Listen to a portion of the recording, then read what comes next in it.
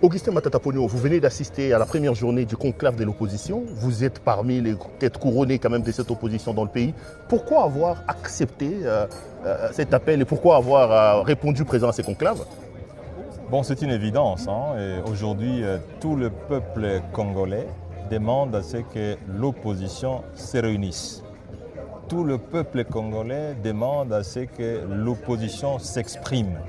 Tout le peuple congolais demande à ce que ces revendications soient exprimées au travers d'une voix qui est celle du peuple. Et la voix du peuple, c'est la voix de l'opposition. Et donc, je ne peux que répondre positivement à l'appel de l'opposition pour former une force. Et je pense que vous l'avez suivi. Et tout le monde est d'avis aujourd'hui que la voix de l'opposition, c'est celle qui va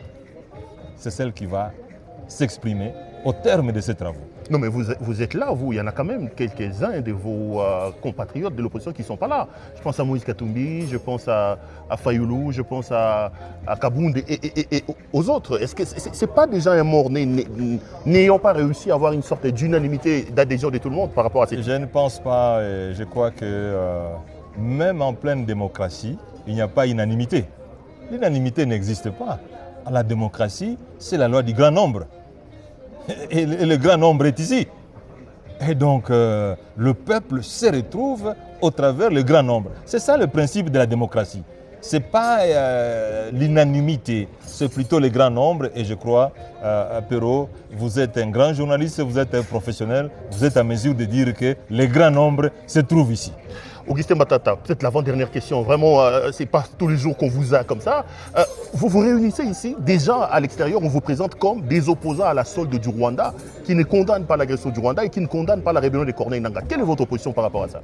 Écoutez, quand nous, on a critiqué l'agression, mais est-ce que certaines personnes qui sont au pouvoir aujourd'hui ne l'ont jamais fait?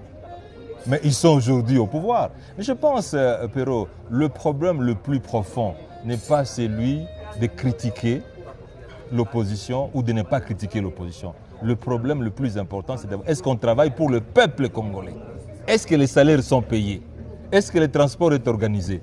Aujourd'hui, on nous parle du taux de change. Mais est-ce que le taux de change est en faveur du peuple ou contre le peuple? Voilà les choses les plus importantes de la vie. Parce que les gens meurent aussi de la faim. Les gens meurent de